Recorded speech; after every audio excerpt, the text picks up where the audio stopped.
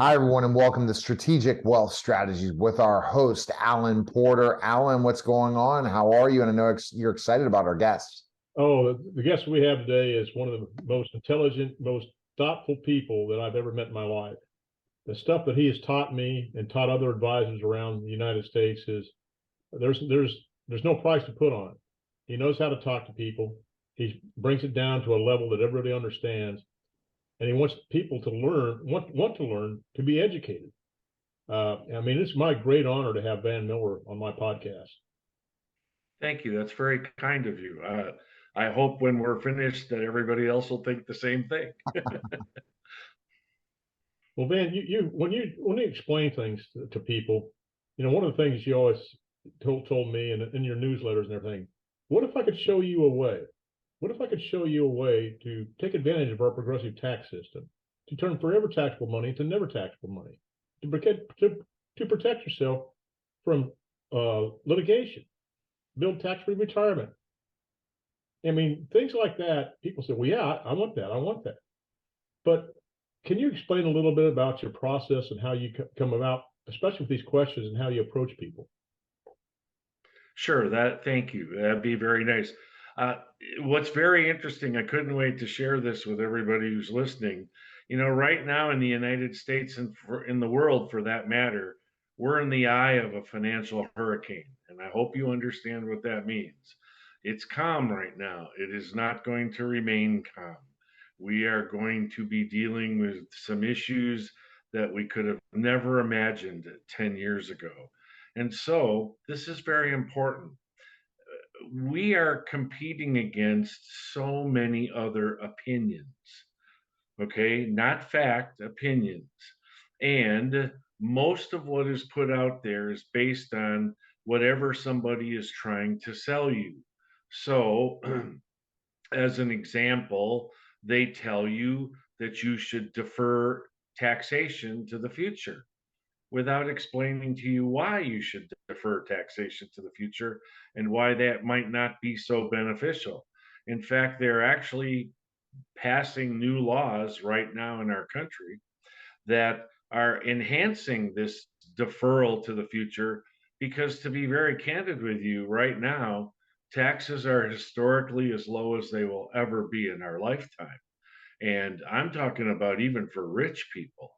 They really have to pay attention. And for poor people, it's a middle class people, it's a spectacular opportunity to transfer money not only to the next generation, but to themselves with a reduced or even total elimination of their income tax liability. And they're going to need to pay attention to that because they're being tricked. And let me explain what I mean.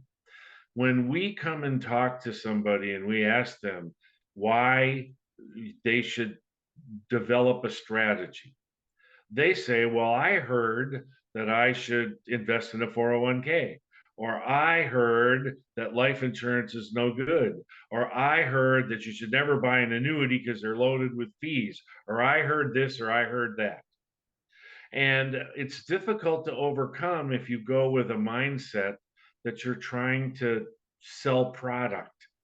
What we really should be asking every one of the American people is, what if there was a strategy that you were in control of that would prevent anybody from ever harming you again, had wonderful access and liquidity to the money, which is what dries up when bad things happen, and that because you had access to this money, this liquidity, you could actually take advantage of any bad thing that would ever happen for the rest of your life.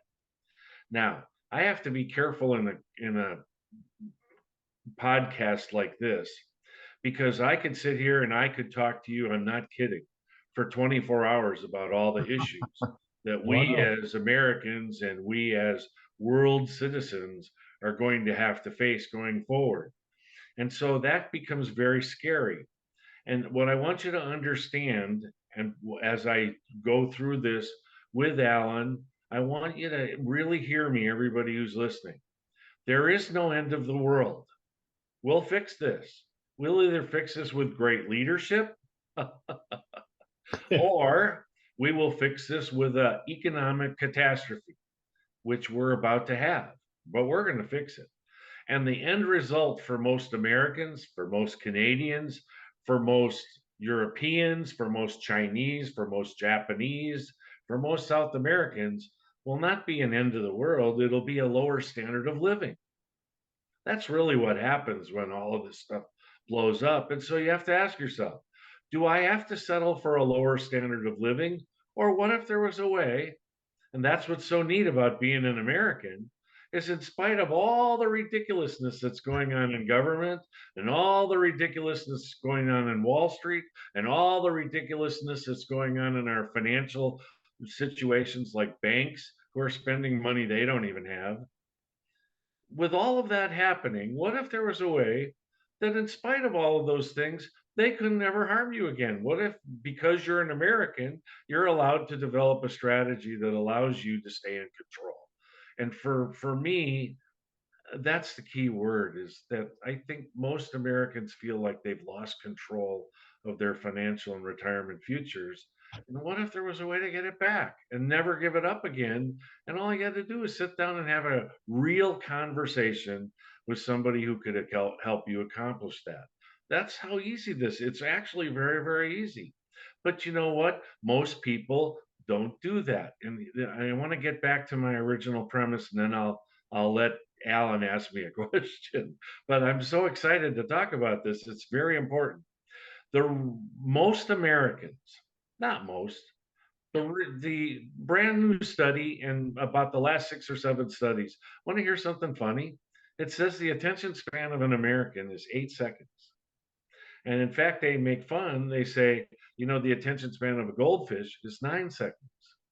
And so most of the advertisements, most of the ways that we're taught on the news about finance, about retirement, about taxes are in 10 or 15-second or 30-second blurbs with no foundation. So if you hear 1,000 times that life insurance is a lousy investment, there's no way that I'm going to be able to come to you and say, well, what if you could use it for a variety of things? What if you could use $1 that could do the work of many dollars? And what if you could buy that dollar for pennies on the dollar? Gosh, wouldn't you want to know about something like that? But see, do you hear what I just did? I didn't tell them that's what it did. I asked them if they would like to know because nobody likes to be told what to do. And that's what I think my industry is making a terrible mistake at. So we have to fight things like spaced repetition advertising. Let me give you an example. To all beef patty, special sauce, lettuce, cheese, pickles, onions on a sesame seed bun. You know how old that commercial is? It's 42 years old. I can say it perfectly. Do you know why? Because when they first came out with Big Macs, if I walked into a McDonald's and said it perfectly, I got a free Big Mac. And I'm wearing them right now. And so, what I want you to understand is that's how you're taught about finance. That's how you're taught about in taxes and inflation and whether you should protect yourself or not protect yourself. You're taught in these quick little blurbs with no foundation, no real understanding of what you're doing. And so, when you take the time to listen to somebody like Alan, who really goes out of his way to make sure that you have a solid foundation of information so that you can make choices that benefit you, your family, your business, and your heirs, and that you can be in control and that it's allowed under the law. And all you have to do is sit down and have a conversation about what is it exactly you want to do and how do you want to set it up. What if you could do that? What if that's all it took? And you know what we say to everybody? We say, come on, at the very least, even if you don't do anything, wouldn't you at least want to know? And that's the key is you've got to sit down with somebody like an Alan Porter and you have to find out.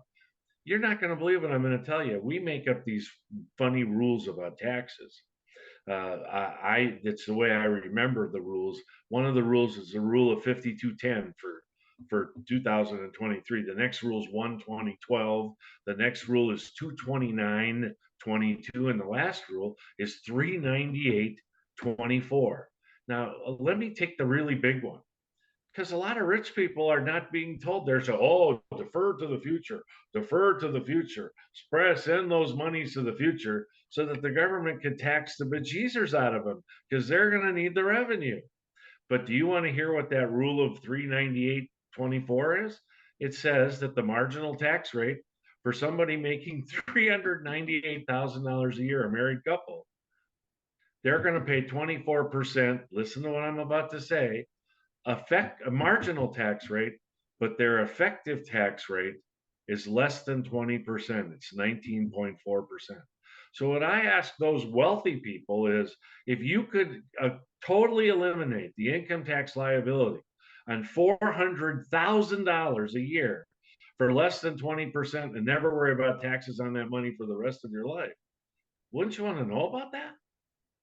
See, we have to ask our customers, are they interested in these kinds of numbers? And for my poor people, I say, hey, listen, do you want to hear a statistic that'll blow your mind? It's brought out by the Social Security Administration every year. It's called wage statistics. And you're not going to believe what I'm going to tell you. We have decimated the middle class of America, which is what made us the most wealthy, powerful financial country on planet Earth, because we had this enormous middle class. But listen to what I'm going to tell you. According to last year's report from the chief actuary of Social Security, 67% of America makes less than 50,000 bucks a year. 67%. And even worse, listen to this, 50% of America makes less than 33,000. 50%. So there's no foundation anymore. We're having a smaller and smaller amount of people pay more and more of the income tax revenue that's necessary to run our country. And now that's not even going to be enough. We're going to have to go back to all those poor people. We're going to have to take some of their money because we still won't have enough money to run our country. And so if they learn these rules, the rule of 5210, watch this. If you make $52,000 a year, you're going to pay a 10% marginal tax. But your effective tax rate, no kidding, is only 4.1%. So I go to somebody who's making 45,000 bucks a year and I say, what if you give me 7,000 bucks a year and you'd only have to pay 4% tax on that money and you could use it to completely eliminate the tax on all of your other money? Would you be interested in finding out about that? What do you think they say? And that's what's so important. That's why you must listen over and over and over to all these wonderful podcasts that Alan is putting together for all of you out there, because you need to build a foundation of understanding of what's really happening in our country and in our world. You know, it's interesting, and Alan, I'll let you go with the question, but Savan, what are you saying? So basically you're saying there's going to be a big stock market crash coming. You think? There is. It's overdue. In fact, there's quite a number of people that are talking right now. You know, they shut down the New York Stock Exchange today for a while because there were so many people bailing out of the market. Now, it didn't lose a whole lot, but it's getting ready, because what you have to understanding is the earnings reports are coming out and they're not going to stand up under scrutiny. And so they're going to get worse and worse and worse. You know, I'm going to ask you, I won't ask Alan, I'll ask you. Have you been shopping lately? Are the stores filled with as much merchandise as they used to be? No. Are the grocery stores, do they have all the food they used to have in the grocery stores? Totally not. When you order online, how long do you have to wait? And do you sometimes not even get what you ordered because they don't have enough people to provide all of the product that you bought? We're really in a serious situation. As I wrote in my newsletter last year, we're in a historical transitional period in our country and in our world. Things will be different. Will they be worse? Will they be better? No, I don't know. The answer is there's no good news and there's no bad news. There's only news. If you decide that you're going to develop a strategy, you can make it be all good news. If you're not going to pay any attention and you're just going to let stuff happen to you, it'll be all bad news. And it's going to be horrible for the people that are not willing to sit down for a little bit with somebody like an Allen and make sure that they know what's going to happen. And please, I'm not just talking about poor middle class or upper middle class. There's a lot of wealthy people are going to get killed. Absolutely, man. I appreciate you talking about me, but I've got a great passion for this. Raul Garuda, you know him very well. He told me there's two things that are important in life, Alan. I said, yes, I found out the day I was born and the day I want to educate people. I want to educate people on the financial strategies that the wealthy and the people that know the tax laws have been using against us for years. And, we've been inundated by Wall Street, 60-40 stock split, 60-40 stock split. This is your retirement dream. Well, it doesn't protect you with anything when it comes to retirement. It doesn't protect you from sequence returns risk, longevity risk. The number one risk in retirement, running out of money before you run out of life. And people talk bad about fixed index annuities. It's because they're not educated. Do you realize that you only need to have 2/3 of your assets in a stock portfolio to give you the same distribution rate at a 4% distribution rate? If it's a 3% distribution rate, it's only 50% of those assets. And you can take the rest of that money and pay the taxes on it and turn it into a Roth where you have no taxes. It doesn't affect taxation of Social Security or the means testing for Medicare Part B, and there's no required minimum distribution. And that's a life-changing event for people, but they don't know, and they need to become educated. When you educate people, just like I had a client today, I was on a Zoom conference for 2 hours, and they said, "My God, I've never heard of this stuff before. Why didn't my financial planner tell me?" I said, "Well, does he sell stocks and bonds only?" "Well, yeah." I said, "Well, he gets paid a fee whether you make money or not, correct?" "Yeah." And he calls himself a fiduciary. This is what really, really bugs me, man, is because they're trying to look out for the best interest for the clients, but if they tell people not to take a fixed index annuity that gives them guaranteed income in retirement for life, are they looking out for your best interest or the best interest of their company and themselves, where they get paid a fee on your assets under management, whether you make money or not? I mean, it's when you start going that and you tell people about this, they got a deer in the headlight look. Oh my God, I've never known of this stuff before. Well, yeah, like I say, it's a great opportunity. I think there's a million things to discuss here. One of the things that, since you're going to allow me to talk about a specific product, I will. I'm a huge fan of cash value life insurance. Now, it is not the only thing that I use fixed interest annuities, fixed indexed annuities, variable annuities. I have mutual funds. I have long-term care, critical illness insurance. I believe that you develop a strategy to help your clients be in control of their situation. But there are issues that are happening in our country where we make a mistake as an industry by trying to push cash value life insurance as an investment. And actually that's being derogatory to cash value life insurance because Exactly. it does so much more. And let me give you an example. I want to read you something. Do you know that now 1 out of every 5 people in the United States is an unpaid caregiver? And you can find out that information at the caregiver website. Go and check it out. 1 out of every 5, and that's going to go up. Do you know that there are now 300 million, 100 million Americans out of the 330 million Americans that there are in our country that are on Medicaid? So if you're standing on a corner, or if just the three of us, it's possible that one of the three of us is on Medicaid. So where's the government going to get the money? And with 74 million baby boomers born between 1946 and 1964, and 66 million Generation Xers born between 1965 and 1980, we have 140 million people turning 65 over the next 22 years. We're going to be a very old country, very, very old country.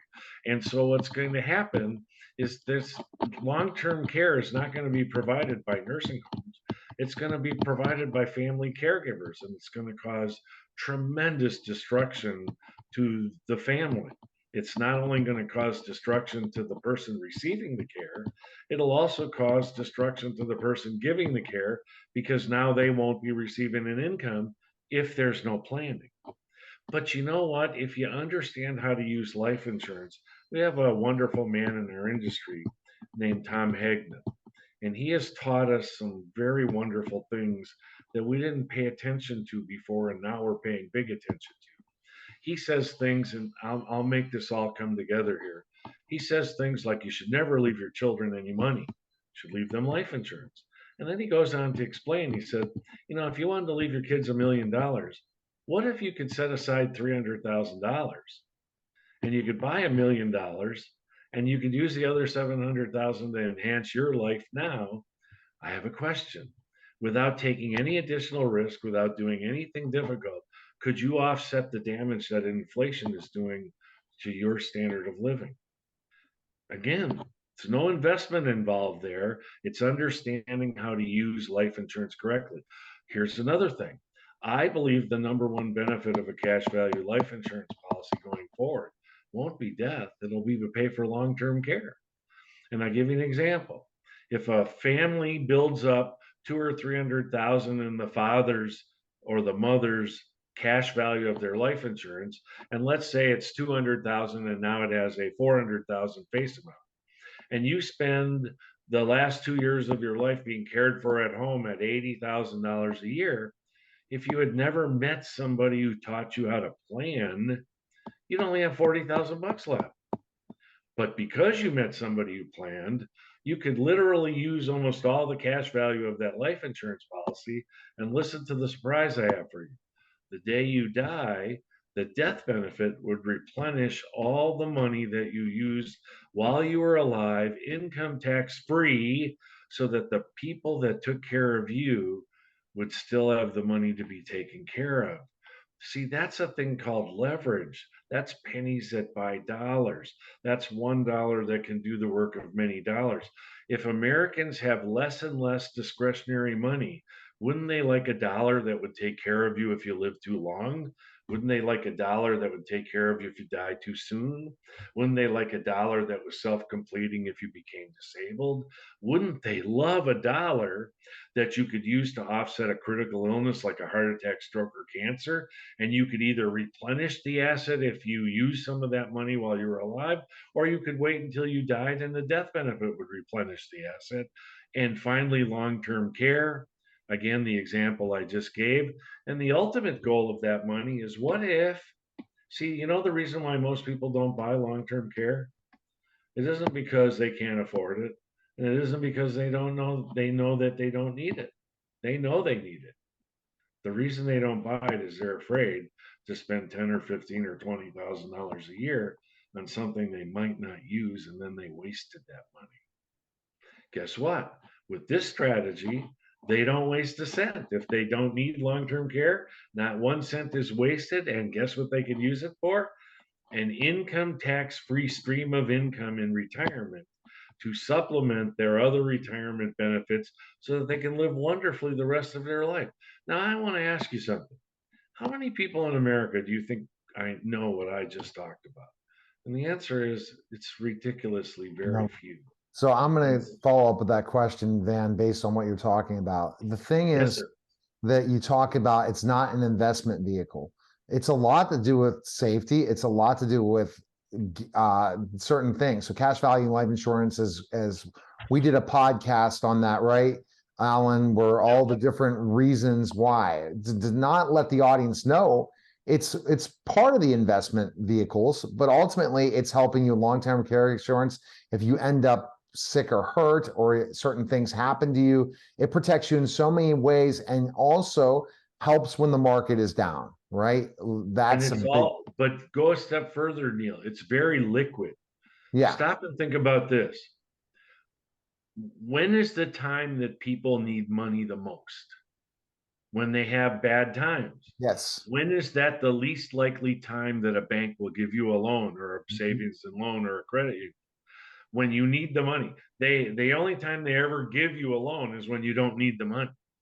I mean, really think about it. And so if you really understand how a cash value life insurance policy works, we talk to business owners about this all the time.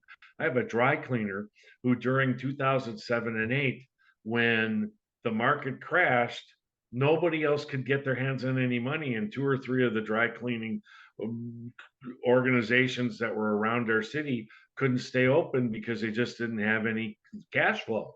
Well, he went to his life insurance policy, and not only did he have cash flow, he was able to buy these other 2 businesses and expand his business because he was the loan officer. Yep. He had access to the money. And that's one of the keys is during bad times, you have access to the money, and that's usually when the greatest opportunities occur. Here's another thing. If a cash value life insurance doesn't internally do what we want it to do, we have an amazing option. We can temporarily borrow out some of the money, and I created a rule. I call it the Van Mueller rule of 1215. If you temporarily borrow some money out of a cash value life insurance policy to, let's say, invest in the stock market after a crash, you have to stay fully invested for 12 months and a day. Why? Because then you get long-term capital gains tax treatment, and you could end up paying 0% tax, or at the worst, maybe 15% long-term capital gains tax. And you have to pay the loan back in 15 months because we don't want any harm coming to our foundation. See, it's a foundational product. It's not an investment. It's a foundational product that gives us access to money anytime we need it to That's take crazy. advantage of any opportunity that is available to us. And We it don't also think of improves, that. and Alan, as I know that you've talked about, but by having Van tell us this stuff, it also helps business owners with yeah. certain things, that tax breaks, different things, ways to utilize in a way so that you can not pay as much in taxes. That's huge for a business, right? And still protect them. Exactly. Well, then one of the reasons I got into what I do now, why I have a passion is I believe I told you, but my son is 100% disabled. And about 13 years ago, Yes, sir. wife at age 39 was diagnosed with pancreatic cancer. And if it had not been for and I didn't know anything about insurance. I was like 99% of the people out there that thought insurance was a death product. But she had this terminal illness rider let her access up to 90% of that death benefit, which was in the hundreds of thousands of dollars, completely tax-free. I wasn't aware of that. My son would be bankrupt, and it took a huge financial strain off of me. But I mean, that's why I have the passion for what I do. People need to be educated. This stuff ought to be taught in high school. But like I say, see, please, Alan, don't be mad at me. I'm a guest, but I don't believe in educating the public. Okay. That's not my job. I'm not a teacher. My job is to inspire people to take action. And the only way I can do that is ask them, is there a particular reason why you've decided that you would prefer to give more money to the Internal Revenue Service than you would to your family? Is there some reason that you've made a conscious decision that you don't want to have a successful retirement, that you want to run out of money before you run out of life? Is there some reason that you've made the decision to not take advantage of investment opportunities when they present themselves without getting killed every time it happens? If all of this investing advice works, then why is it that so many Americans don't have enough money to retire on? And the answer is because they truly don't understand what's really happening. And so I believe, please, again, I want to be courteous. I love you dearly. We're friends, but I always ask the people in our business when they say, "Well, I want to educate these people." I say, "So when did you make a conscious decision that you wanted to be paid like a teacher?" Teachers don't make any money. True. And the hardest thing there is to do in this world is to inspire somebody to take action. And what you do that's so amazing, and I don't think you say it correctly, is that you ask people questions that allow them to go through a process of discovery where they understand and start to get a feel for, boy, why am I doing it this way than this way? Let me give you an example. I talk to people wherever I am, and please, it's very funny because I'm very, very shy.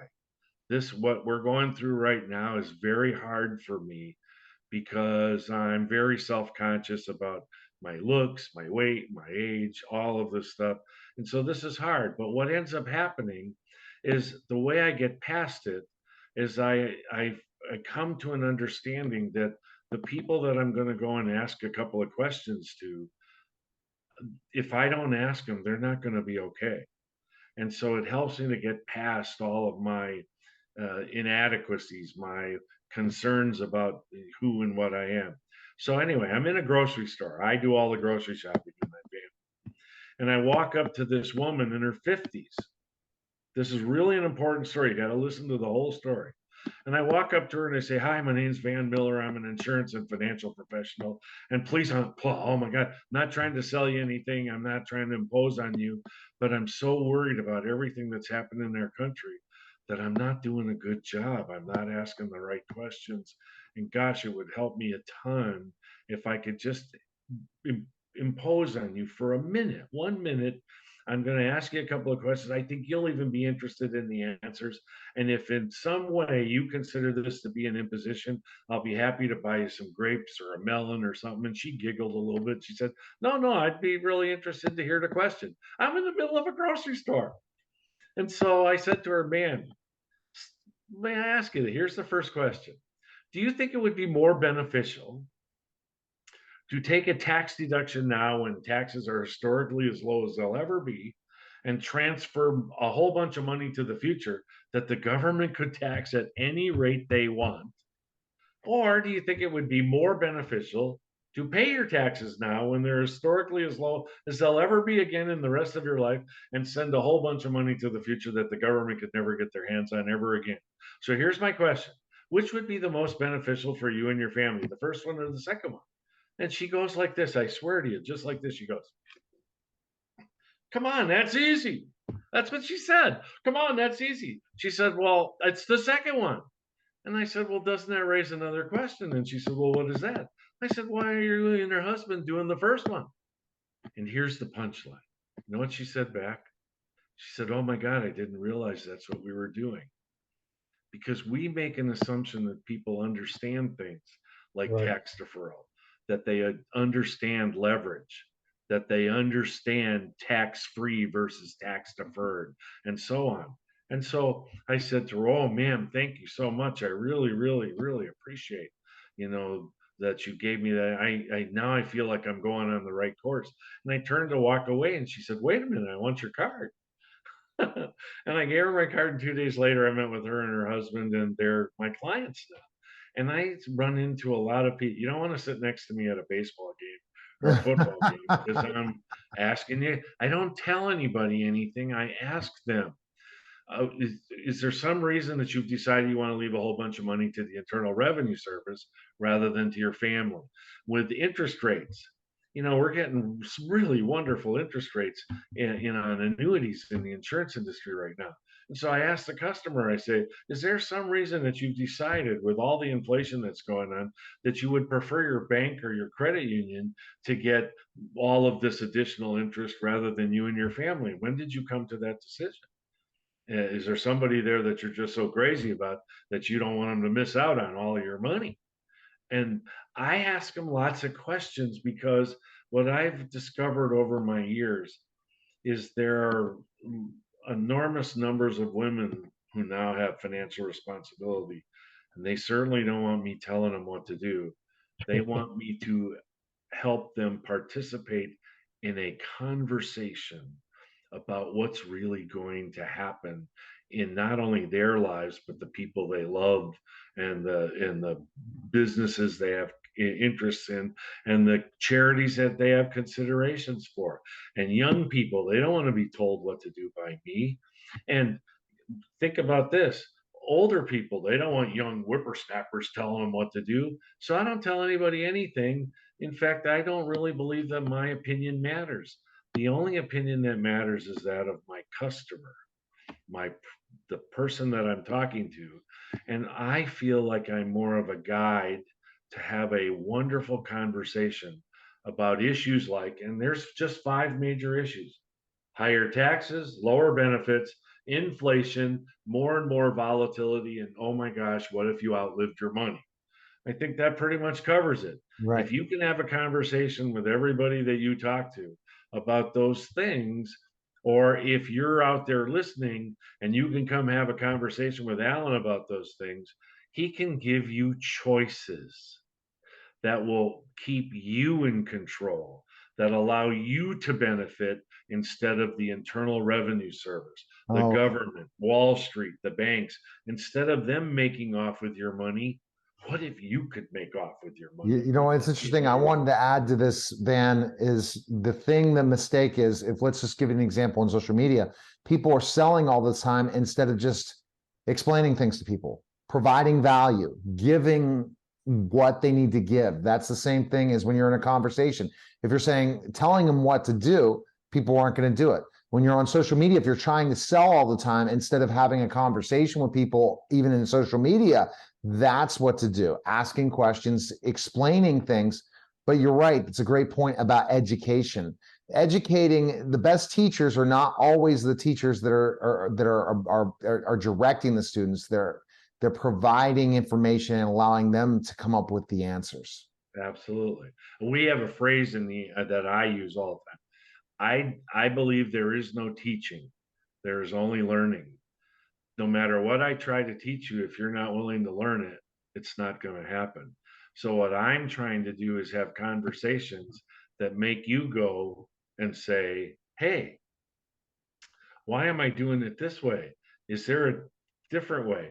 And if I could make a recommendation, talking about some of these things, there's a really great book that I think everybody should read.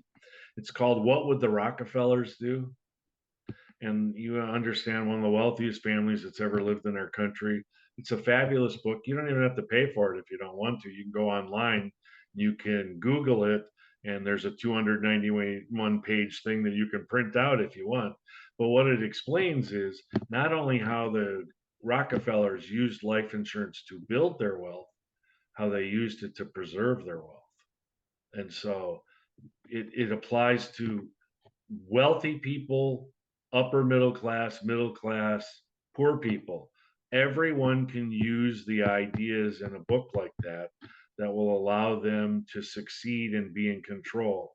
That's why, again, I don't mean to keep referring back to that, but that's why he goes out of his way, Alan does, to provide these wonderful podcasts so that people have a place to go where they can understand that there are other choices, there are other options, that they don't have to cede their financial future, their retirement future to the government or to Wall Street or to the banks. That's who's going to make when the crash happens. Is Wall Street going to lose any money? No. When the crash happens, and we're going to have to bail out every bank in America. Remember, you heard me tell you that, because they're all living on borrow. We're going to bail them all out, every single one, just like we did the last time. What people don't know about 2007 and 8 is not only did we bail out banks in this country, but the United States bailed out European banks and other countries' banks as well. And we provided the money so that they could stay in existence. Please, that's going to happen again. There is, again, that's what I try to get you to understand. There is no end of the world. If we don't have enough money, here's what we'll do: we'll print it. And when we print it, we reduce the purchasing power, and that's an additional tax. In fact, we call inflation the most wonderful stealth tax ever invented by the governments of this planet, and they are employing it to the best of their ability at this particular moment. So, what if you could buy a dollar for pennies on the dollar? Would that offset inflation? Bet your life it would. What if you could earn a better return than what the inflation rate is? And you could use life insurance to help you build a strategy like that. You could use fixed indexed annuities and fixed interest annuities and variable annuities to build up strategies like that. Why wouldn't you want to find out about it? At least, at the very least, wouldn't you want to find out about it? It's the opportunity of a lifetime.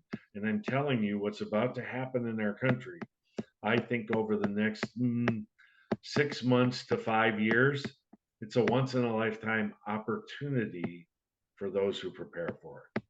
It'll be devastation for those who don't. Well, Van, here's another thing that I'm part of the Smart Advisor Group, and we have a program. It's called the Debt Free for Life program. And what I do is I develop an SDIC, a specially designed insurance contract, to show people how to get out of debt and never have to borrow from the banks again. I teach them about, well, I'm going to change my words now, but I'm going to teach them about effective interest rate. You may have a 2.75% interest rate on your APR for your mortgage, but your effective interest rate, the one I did yesterday, was 60.2%. So I said 62% of every dollar that you spend goes through compound interest for the financial institutions and not for yourself. So, insurance, I think all insurance is great, but because it protects the family and it can protect your assets. But there's so many uses for insurance: tax-free retirement, long-term care, debt-free for life. The list goes on and on. Absolutely. All right, that was just fantastic information, Alan. Van, is there a place people can follow you? You have a newsletter and stuff people can check out, right? I do. It's Van Mueller, VANMUELLER. Looks like Mueller, but it's Dutch, so it's pronounced Miller. VanMiller.com.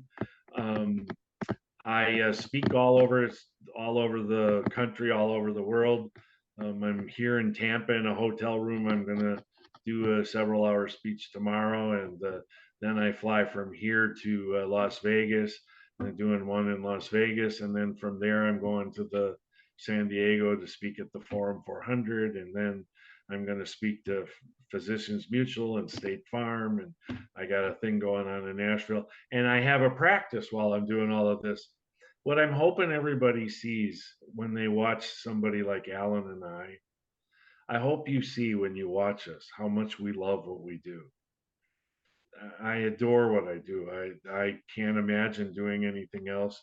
And I love to have conversations. I don't want to sell anybody. I hate the word. Americans hate to be sold. Americans love to buy. Totally. So what you do is you help them understand and go through a process of discovery by having wonderful conversations with them that allow them to succeed. So again, I'm very grateful to people like Alan who let me share some ideas with their listeners. But please, if you're out there listening, if you don't take advantage of this and get on the phone and call Alan and say, listen, even if we don't do anything, I want to sit down with you and I want to have a conversation about all the things that I could do if I decided that I wanted to be in control. I think you should do that as soon as possible.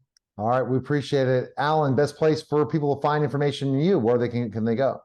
Well, they can always call me at 910-551-1046. Again, that's 910-551-1046, or go to my email address. It's strategicwealth0@gmail.com. Again, that is strategicwealth0@gmail.com. And I also have websites for my business and also for my debt-free for life business.